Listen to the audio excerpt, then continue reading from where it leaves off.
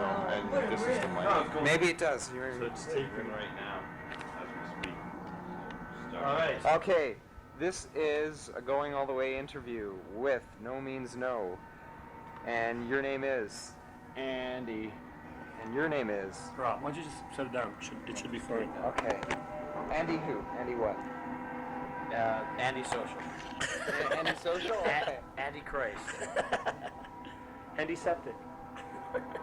Okay. And he went and jumped off the cliff. And no one has seen him. My name is Rob Wright. Okay. Man with two hats. I'm Mr. Wright. Okay. It's always Ryan. Okay, so the first question is, oh, by the way, I'm Adam, right? Right. What did you think of the crowd this afternoon? Great. Yeah, they're pretty cool. I mean, for a bunch of people who were sitting down, they certainly were friendly. Yeah. I mean, I've played to I don't mind if $2 people- audiences standing up, crashing around at the front of the stage. I don't mind if people don't dance as long as they listen. If they don't dance and don't listen, then that's really bad. Yeah. If they dance and don't listen, that's sort of okay, but it's still kind of dumb. If they do both, dance and listen, that's great. I know. That's really cool. It only happens every now and then. Yeah, yesterday you kicked the guy on stage. Well, he did. I didn't kick him. Did I kick Yeah, him? you kicked him, and then I put my foot over his face. that often, or do you just... No. I do it if people are assholes. I mean, we were playing a show in Regina, and between kids of 14 and 16, they were all over the stage, all the time. Never once fucked with my mic, fucked with me, fucked with the monitors. It's because they're watching what they're doing. They're just into having a good time. Whereas this guy was just into being Mr. Punch Rock Genius. He's going to roll over and knock the mics over and get up and go, Unfortunately, the guy who I had my foot over the face of was trying not to be on stage, and people threw him up there. And so it's hard to tell sometimes when you're out there playing. As I said last night, it's like the old thing, when you get a mic in the face, it's like someone has just punched you in the mouth. Now, if someone punches you in the mouth, you look for the person who is standing in front of you, because likely that is the person who's just punched you in the mouth. Unfortunately, when you get a mic in the face, often it is not the person in front of you who has done it. And so you look, and you get, at the person in front of you. And often it's like the guy, like 3 people back, who's going, oh, boom, and everyone goes, oh. It's happened to me when I've been in a crowd at shows. And so it's sometimes, you got to sort of have a better idea of what was going on. I mean, I wish I could have apologized to this guy, because it he was literally like thrown up on stage. And there was one guy with red hair there who was being a bold thing. I would have rather that's done the it thing. to You can him. usually tell. I mean, people have a good time. They come up and do anything. Sorry, me.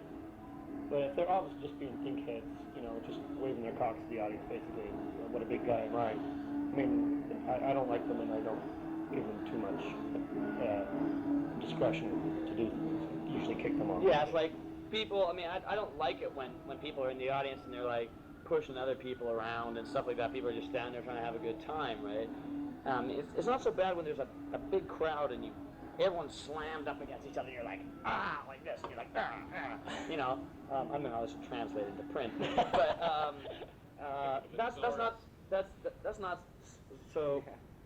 that's really not so bad. But sometimes when there's just like 4 or 5 guys, and strangely enough, it's always guys who are doing it, in front of the stage doing this, it can be a real pain in the ass for the rest of the audience. Yeah. And like when I'm up on stage, I mean, it's like if I was walking down the street and some guy came along and went wham into me, I wouldn't go, oh, hey, you better watch your step next time. I'd go after him, right? But as Robbie says, I mean, like there are times when we've played and people are just going boom, boom, boom off the stage, or someone by accident sort of rolls over, and it's sort of like you can tell people are just having a fun time. But it's when you get people and you say, fuck you, fuck off, leave me alone, and then they give you this big grin going, say dad, and you're like, speak English.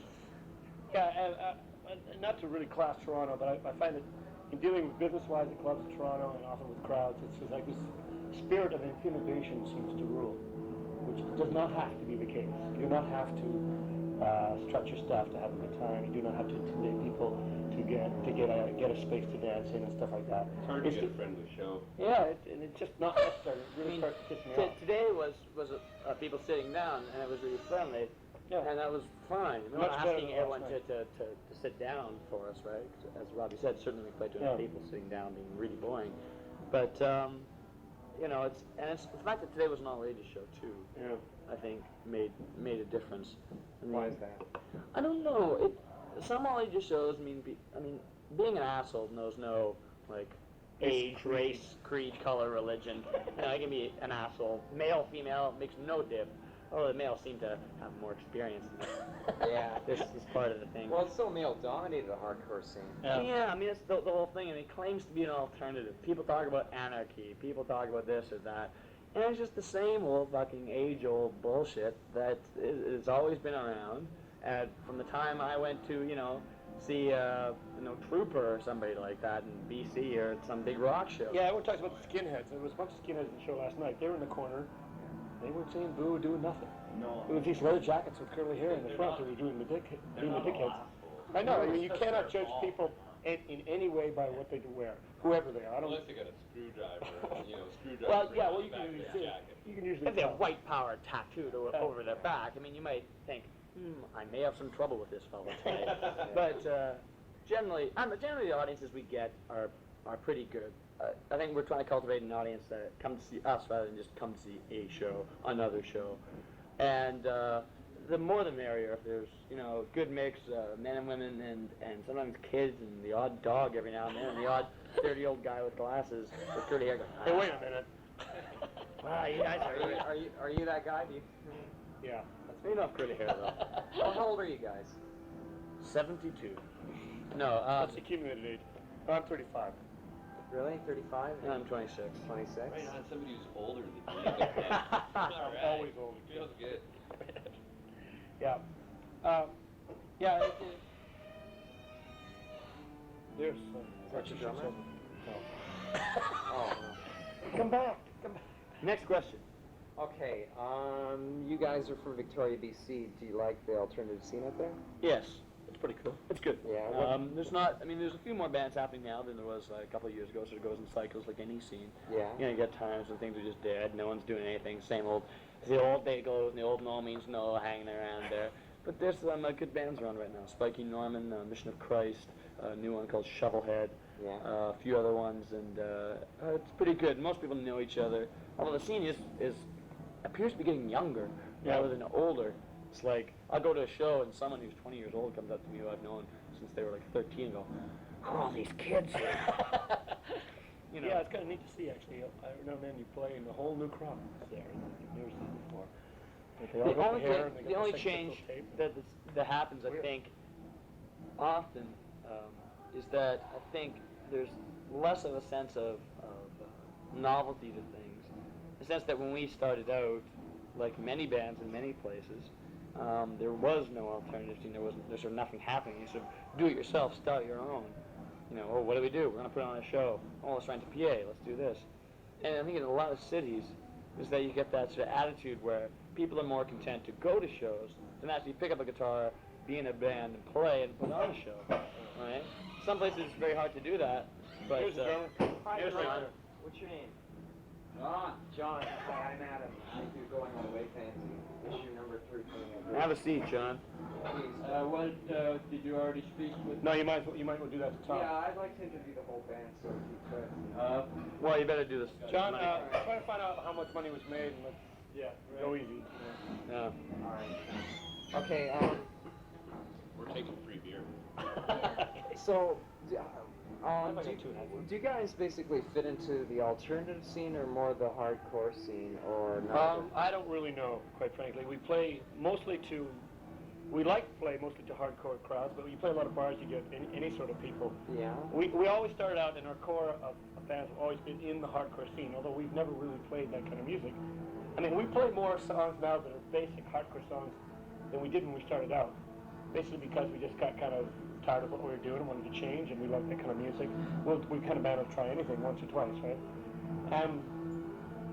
When we first started out, we were a two-piece, and we played only bass and drums. Me and my brother. It was just a rhythm section with vocals. And no guitar. No guitar. We played lots of swing pieces for rhythms, funk stuff, and nothing that was even close to hardcore. So we played all these hardcore shows to our own friends in Victoria and a few in Vancouver, and people really liked it. And it sounded good. Did you put up vinyl that way? Yeah, we have. Actually, you can get a tape it's on tape only now because we've lost the mechanicals for this. First record was only 500 made. It was a cottage industry type thing. It's called Mama, and this is all just me and my brother. Really? It has one or two overdubs, piano, and one guitar overdub that I did. But I did the lettering for the front cover. this was just before Andy joined the band. Oh, I see the record.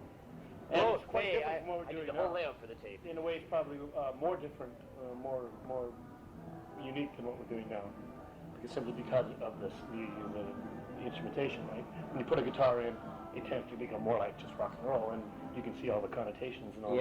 Yeah, exactly. But I don't know. It's really hard for me to tell. We've never really played a certain style of music. You know, like we'll go out there today and we'll play, you know, something that's really hard and fast, and we'll play like the old Real Love is like the 10-minute rock anthem, right? Yeah, well, I can see there's... The only thing we try to keep together in the music is honesty of feeling in the music and intensity in the music. And those two go together, I think. If you're honestly saying something that you feel something about, it's going to drive you to play hard and to express it in a very, you know, energetic and aggressive way. And that's sort of the only tie that binds the songs together. At least I hope. That's when we succeed. Kind of like your bass playing, hey Rob? Like bass playing? You know, I've often wondered, Rob, as a member of the band, you know, what are your sort of major influences, players, etc., that you know help, you know, bring around your style? Is this a real question? Yeah, it is. Actually, that's one of the questions I wanted to ask. Yeah, he beat you to it. You snagged it on Isn't that funny? Yeah. What was that one? Run down to remind me again. And it was number 3. That's kind of weird. You were obviously looking at that. No, weird. Oh, do you want to do this interview? No. Okay. So well, as far as your lyrics go, what do you usually write about? Like, I know that one of your songs deals with, like, dad, like, child abuse. They tend to be a little about the way things are fucked up, both by people personally and society in general. And they generally center on specific situations and images instead of making generalized statements and rhetoric. And Often it's about the relationship between fucking and being fucked up. yes, And there's a lot of things. sex and a lot of malfunctioning, Mind fucking. mind fucking, and all that kind of stuff. Yeah. And the effects of lies and controls that people have imposed on them and how that twists. And that's a lot of what the lyrics are about. They take always usually a personal stance, but I think if you look at them and see the situations in them, you'll find all sorts of political connotations that you can translate to Oh, a wider definitely. spectrum, right? Yeah. I would say that with The Day the Earth Became Nothing. David Yeah. became nothing. Yeah, well, I'm not really familiar with a lot of your material, but I picked that up and I liked it a lot. It was really Oh, good. thank You're welcome. And like, I know that You Kill Me. Was that your first LP? or- That was the first EP that sort of got distributed outside of the West Coast area. He did Mama, the thing I told you about before Yeah. that, plus a couple of 7-inch 45 and EP. But You Kill Me was the first thing that sort of cut all the way across country in one way or the other. And after that we were on Internal Tentacles, and it was Sex Mad, The Day We Became Nothing, and then The Small Parts That They Destroyed was our next release. They also put out a dad single, which they just put out to help Jello in his censorship battle. It was probably money for it went to the anti-censorship defense fund. How is Alternative Tentacles as far as being a record label? Is it a good record They're label? small, they don't have much money, they're not distributed very well, but they're all straightforward people. We know them all personally. We just finished doing some recordings with Joe Biafra, actually, which was really fun in Vancouver. Yeah. So we know him, and we know the woman who runs it, and all the people who work there. So we might do better in a business sense on a bigger label, but we tend to shy away from the business end of things because you lose control of your stuff, and you eventually start working for people instead of doing your own music. So unless they go under, which is always a danger for a small company, we'll probably stick with Alternative. So Alternative Tentacles is basically a record company that wants to support independent artists, whether... Yeah, they're interested for music and for the political beliefs expressed if there are any. But I mean, we're not a very political band, but if they like the music, that's what they support, and that's what they put out. Good music. Is it still based in San Francisco? Yeah. That's sort of our second home now on the West Coast. We get down there all the time. Pardon me? That's sort of our second home now on the West Coast. Oh yeah, so you guys travel down there a lot. Yeah. We do really well on the West Coast.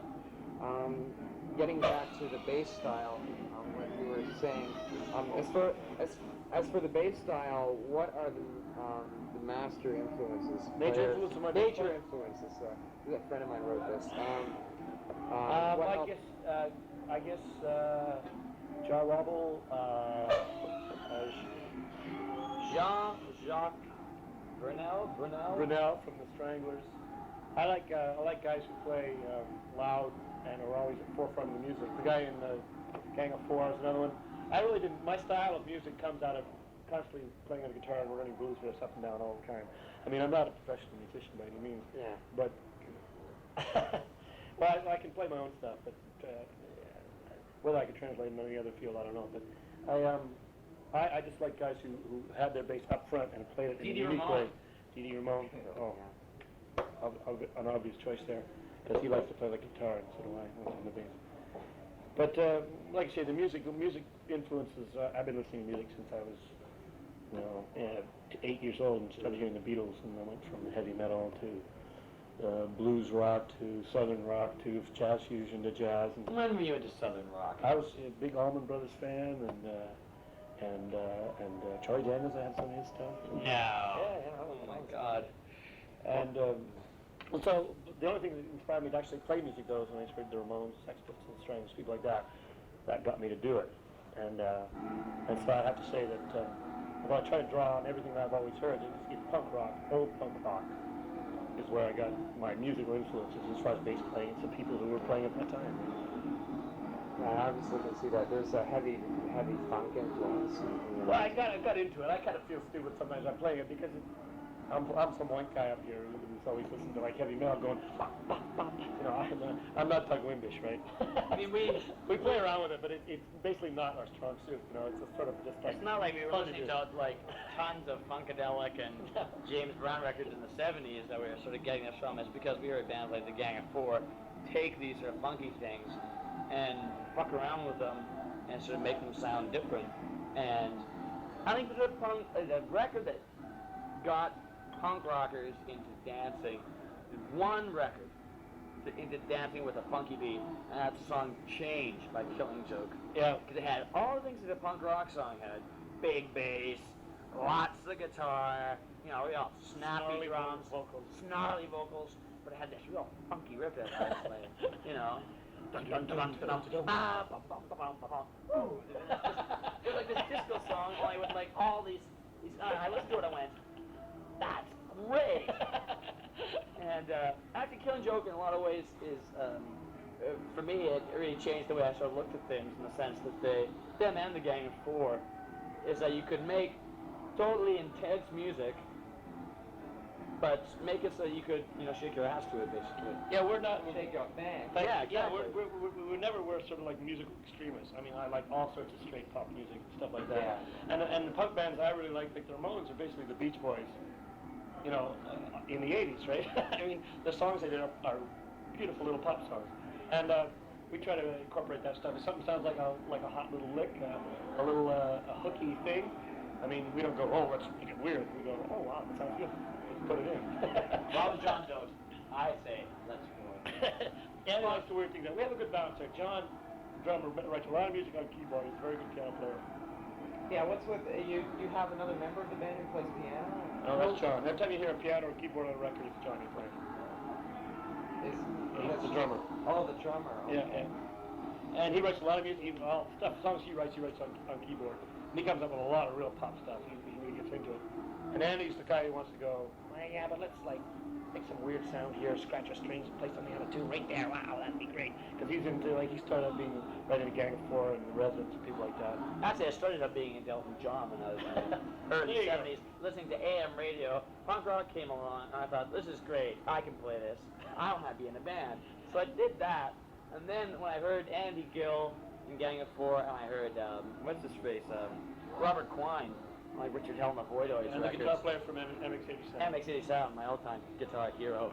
It's like, and Greg Ginn too. It's like you can make atonal beautiful. Well, some people think think that Greg Ginn is like a really shit guitarist. Like he's really... I think he's a very. I think sometimes he sort of his style tends to be sort of repetitive. Like those Gone records, I like one song at a time. After a while, you realize he's sort of doing the same thing almost every song. But when he was with Black Flag, it was just. He's a great guitar player. Well, you know, like one band that I think that's doing a lot of different things in their music that's really cool is Ignition from Washington, D.C. Have you heard of them? No. Washington has put out so many great bands. Oh, It yeah. surprised me. Yeah.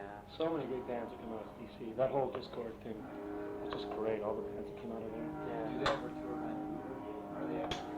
No, very rarely Oh, see really? it. The new bands too, Fire Party, if they're still together, I heard they were really good. We met people like that, and even some old war horses like Minimal Man or Marginal Man. Marginal Man. Yeah, they have broken up. They did finally put out that record they were working They're on. working on some records like Yeah, it's with a fish cut, like it's a new one. And it's Yeah. like Giant Records, and it's this Right. fish jumped in. Like, But and then of course all the minor threats for the variations and stuff. oh yeah, that's great. That stuff is amazing. Yeah. It's great. I love that stuff. Okay. It's funny how certain areas just become a hotbed because it feeds on itself. You get one or two guys doing it and succeeding and doing neat stuff. Everyone says, "Oh, gee, these guys live down the street. I can do this too." So it sort of snowballs, right? Where some places you get no one who really has it together, does anything, so that it just lies inert for a while. Well, there's a lot of creativity in Washington D.C. and a lot of other places. It's just that I find that you know, once apathy starts, it's kind of like the domino theory. Yeah. One domino falls and like people seem to be apathetic. You know, it's get up and do something. You know, try. If you're, How long have you been playing for? I've been playing bass for 8, 9 years now. I started out as a guitar player, playing an acoustic guitar for years, not being able to play in front of anyone. I just used to plunk away in my bedroom, right? And then I got into this recording thing with my brother, where we just did on a 4-track recording. So I did guitar and he did drums, and I overdub a bass, so we needed a bass player. And he overdub keyboards, and it was sort of like traditionally structured rock and roll. And then bass sort of just started to take over. I just started to play it more than the guitar. And then we played live. The guitar was out the window because we were just playing the rhythm section. And that's where we became the rhythm section we are. We played for like a year and a half, just bass and drums. And that really sort of tunes you up because there's no way you can do the standard stuff that most rhythm sections do because the guitar is carrying all the melody and the drive, right? And the rhythm section is just the rhythm. And it can be very simple and effectively simple. But when you don't have any guitar, all the dynamics, all the melody and everything has got to be done with the bass and the drums. So it taught us how to be a little different as a rhythm section and do a little more all the time and try new things all the time. And that's how we became what we are now. How long have you been playing guitar for? Since I was about 9 years old. yeah. But I've never been able to play like really fast or really intricate ever. Or at least put it this way, never cared enough to sit down and try to learn all this stuff. So I just like punk rock 'cause it was loud and gross and ugly and going diddly diddly diddly diddly diddly diddly diddly. To me sounds like, you know, some Prissy. So, yeah, prissy, and sounds like some, you know, these little arpeggios that they're doing and stuff like this, and it sounds. You know, I can get into, you know, Paganini doing it on the violin, but I really can't get into a lot of people doing it. Yeah, some heavy metal, I mean, some guys really go out. Slayers, it lives up to their image. The way they play, the way they look, and the way they sound. But you get like Iron Maiden, you know. I listen to Iron Maiden, and I think, these guys are so worried about never making a mistake, having everything so clear, so precisely played. It's the most wimpy music And they I've call ever it heard. heavy metal. Yeah, and they got these big cymbals, and it's just the most tight-ass, you know, prissy music. Now Blue Cheer. No, there was heavy metal. I mean, I can get into heavy metal when it really is as brutal and as ugly as it tries to look. When it doesn't, it's just ridiculous. You know, when guys get up there in this costumes and this ugly stuff and go Satan to Satan, and they're playing like old blues, or they're playing something really bad. Actually, the band that we're probably most similar to, as far as heavy metal goes, is Black Sabbath, because you listen to their riffs. They're like recycled old blues riffs, played really slow. Well, we take recycled old Black Sabbath riffs and play them really fast. They do a lot of things, like they play like a lot of single line stuff. And I remember when I joined the band, we sort of agreed, Rob and I were talking, we're like, well, let's try to do it so that I'm not playing so many chords, because I was in a band before, I was just playing a lot of chords with a lead break, right? But Rob's bass guitar was sort of like the lead instrument, which is sort of switching things around. So here Rob and John like John pounding the shit out of his drums and Robbie pounding the shit out of his bass, and I thought, well, I can get up there and try to compete with this and start going, I thought, well, why do that? Why not just like get something that sort of, when there's those spaces there, just sort of fit in with it. Either that or you sort of go along with it instead. And so in that way, I kind of like it because it's just, that's something why some people go, well, how do you get your sound, or how come that sounds different? It's like, well, if you just look, the main instruments are the bass and drums, which in old rock bands never used to be. The bass used to be sort of really low, way buried in the mix. The drums sound like pieces of cardboard, but the guitar, oh, there we go. Not to say that I don't like that kind of music too, but well, do something like different. Yeah, we try to make it, everyone has their place and everyone is at one point in the forefront. In this band there's no sort of guy out front and everyone else is behind. It's always, we're always, vying for the center spot. I mean, in a song like Real Love, the guitar, the bass is playing great riff, the guitar chords is sort of like the center of the song. The guitar chords and the vocals are just ba ba ba ba ba ba, and it's those chords. In a song like Self Pity, it's the bass that is carrying along the song, and the guitar just serves as just something a little bit in the background to sort of go along with it, right? And so it just depends on the songs. Other songs we will play like totally together and just have bass and guitar. Yeah, we'll do a lot of just riffing exactly in sequence, which sounds neat. But like, you don't want to stick with any one thing too long because it just becomes monotonous. It sounds real cool for a couple minutes, but then if you do it for the next 3 songs. We have had a couple songs like that where we thought, we usually dump a song that sounds like a Nomeansno song. Yeah, so it starts sounding like, it sounds like some Nomeansno song. We had this song called the Fuck Song, which wasn't a bad song, and it was an okay riff and went along. I think we just came to the conclusion that it was just sort of like, well, here's a typical Nomeansno song, or whatever, and we're like, well, this is okay, but it's nothing really special. Yeah, you let yourself in for little criticisms that way. I mean, some people like the way you sounded on one record, and you do something a little different. I mean, the new record has songs that are based more on centered more on the lyrics and more on the feeling, and are slower and simpler songs. And have people say that they wish we, what happened to the funk stuff and the jazzy arrangements and stuff? And I'm saying, well, you can only do one style so long.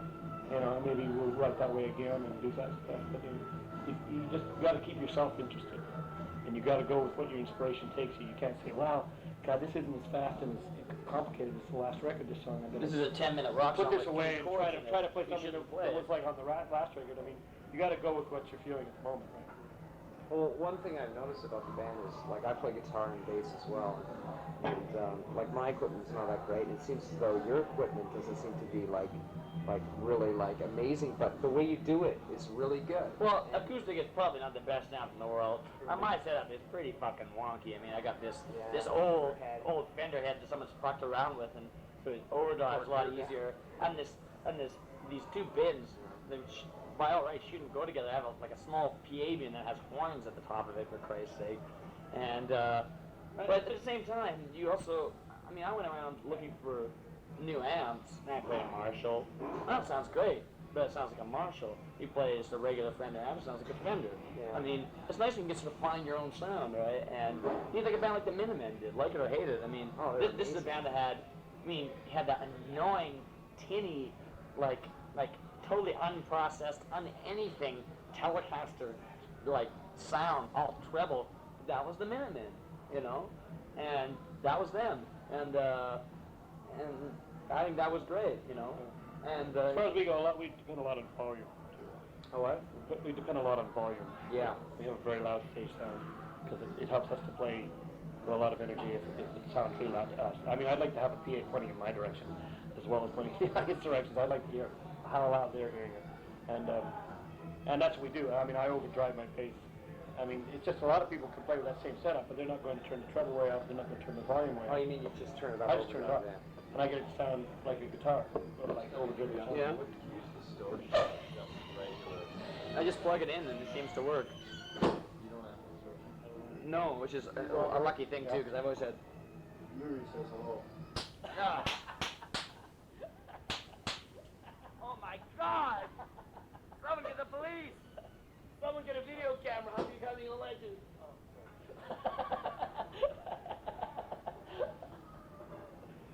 You shoot me every day. It's really annoying.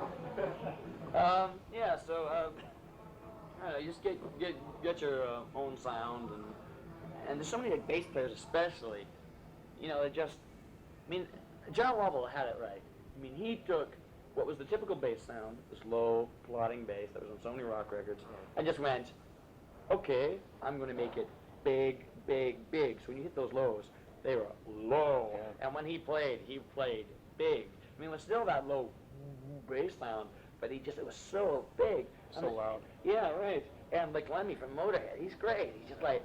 Now, here's the guy who got my sound. Right? If I wanted anyone else's sound, it would be Lemmy's. Because it's like, is that a guitar or is that a bass, man? Yeah. He's constantly chording on the bass. Tonight, when I listen to it at home, I always think it's the guitar. Then I saw you guys tonight, it's the bass. Yeah, because he basically does a lot of guitar structures, Lemmy, on his bass. It's Right. like, Yeah. chords on a bass. Yeah, like he's playing rhythm guitar and bass at the same time, basically. I think a lot of bass players tend to be really You listen shy and listen to the afraid Ace of Spades. He's playing chords that whole song.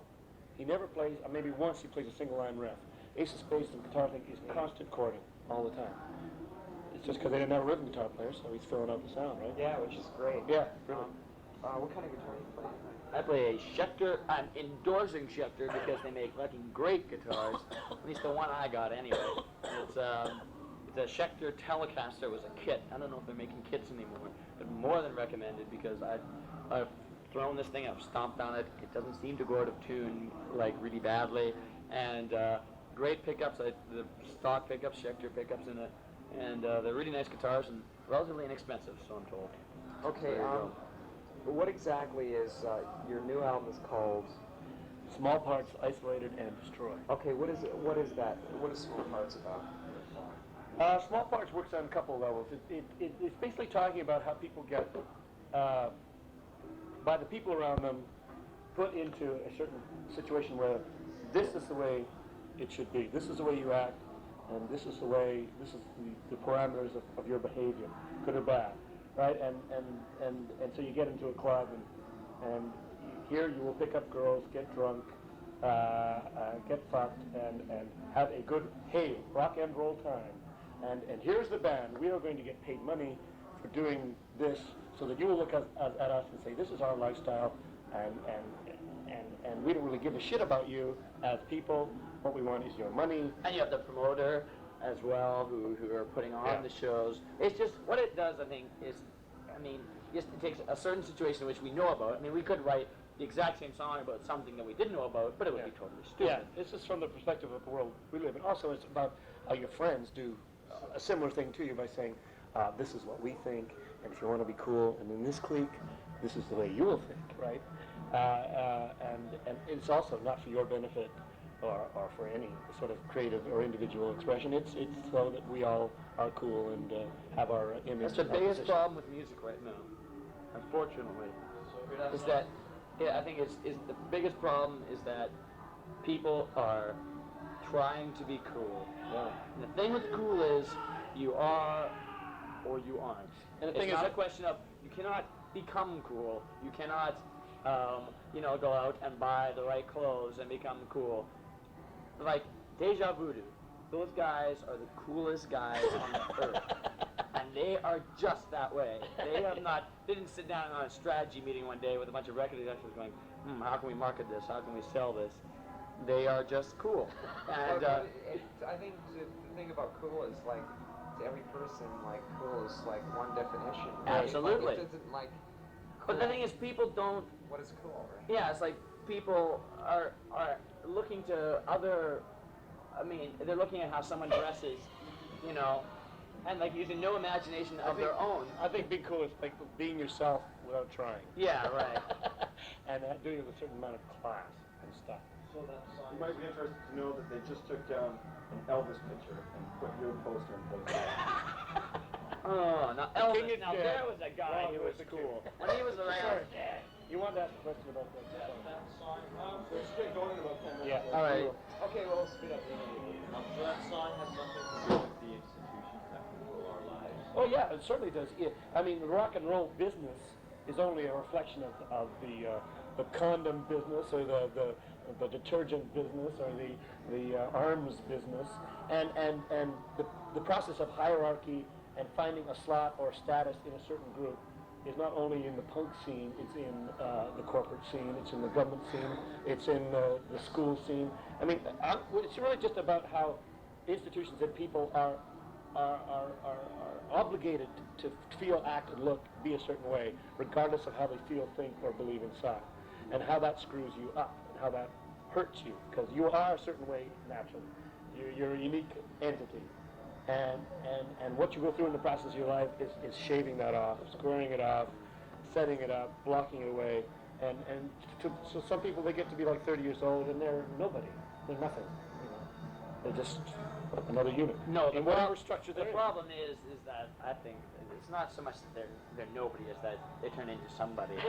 Right? Maybe, right. It's like So- rather than just being this sort of, actually, it's probably better to be a non-entity than it is to be an entity. Because when you end up being somebody, that implies things like rules and a certain way you look and a certain way you act and all this. But it's like we have a song called Metronome, which is kind of about that, about slotting people, right? And the fact that all these rules that tell you how you should be and how you tell yourself how you should be and how you should act and what is right. And it's like saying, it's like the very end of the song says, you know, the thing that attracts people to a steady beat is this uniformity and the fact that it's always the same, and people are attracted to this. Yeah, but it's a comfort to be something that you know every morning And when you wake familiar up with. what you're going to do, how you're going to look, Which who is you're going to fine, be but with. that same thing that makes you feel comfortable is the exact same thing which can also just Hold you totally down. squash you and hold you down. It's a fine line. I mean, you can't throw your clothes off, jump up in a tree, play a flute all day. I mean, you got to eat. You got to deal with people going, "Hey, don't do that. I don't like that." You know, I mean, there's a fine line between the two.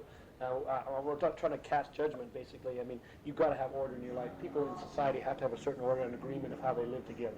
It's just you've got to remember that those rules are an outrage against people's individuality. And there's always got to be a compromise between what you are, what your natural inclinations are, who you are as an individual unique, and what society needs and what the people around you need, and what you need to do to survive. Yeah, it's kind of like just fitting into your own self. Yeah. Trying to, Yeah. I guess, be yourself and also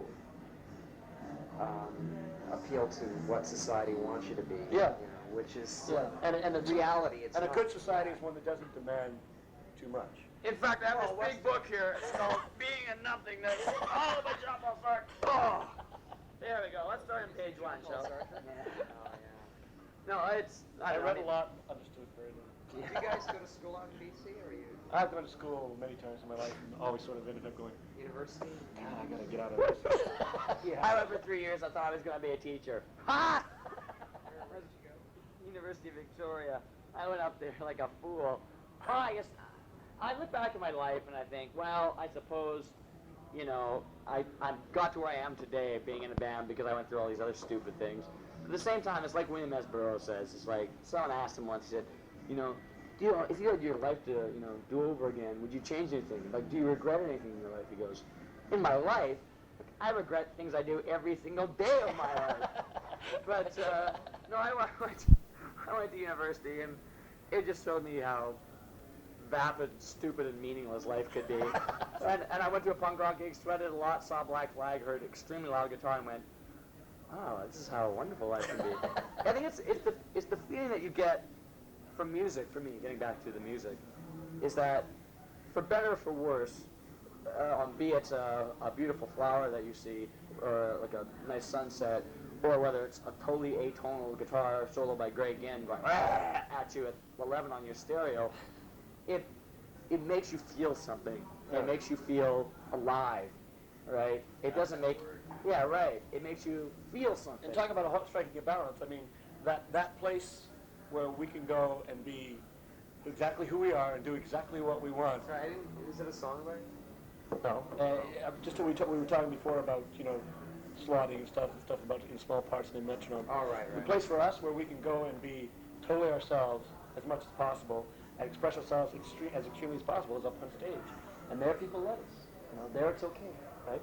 But we couldn't go out and do that on the street. Yeah. So For some reason, for us, we struck in a balance, and maybe that's why we're in this band and why we stay there. because that place where you get to be free and do what you want and show what you want and say blah like that, you know, to anyone and be outrageous and say anything to anybody. It's up on stage. That's where we get away with it. And that's where we can do it. I don't know what I'm gonna do when the band's finished. Like, I certainly can't become an accountant now. It's sort of like I've gone sort of too far. I think we should cut off there. We gotta get going. Yeah. Oh, okay. Well, One more quick question or something? actually, maybe like 3 more. Well, what Well, are your hobbies, really quick? I read a lot, and I'm a waiter. Those are my hobbies. I play pinball and watch a lot of television. Okay. Well, we've gone through that. Yeah. No, you can't still. Yeah, you can still get Jolt in BC. Is driving across Canada as boring as one might think? Yes. Depending on whether you're winning or losing a crib. Right. And is the club scene dying? Is the club scene dying? The corporate big bucks death out in BC. I have no idea what you mean. Something here it is a vast wasteland of bullshit. Yes. Any closing comments? Goodbye. Okay, Nice thanks a lot for doing the it. interview. Yeah, no problem. Okay. Send us out a copy.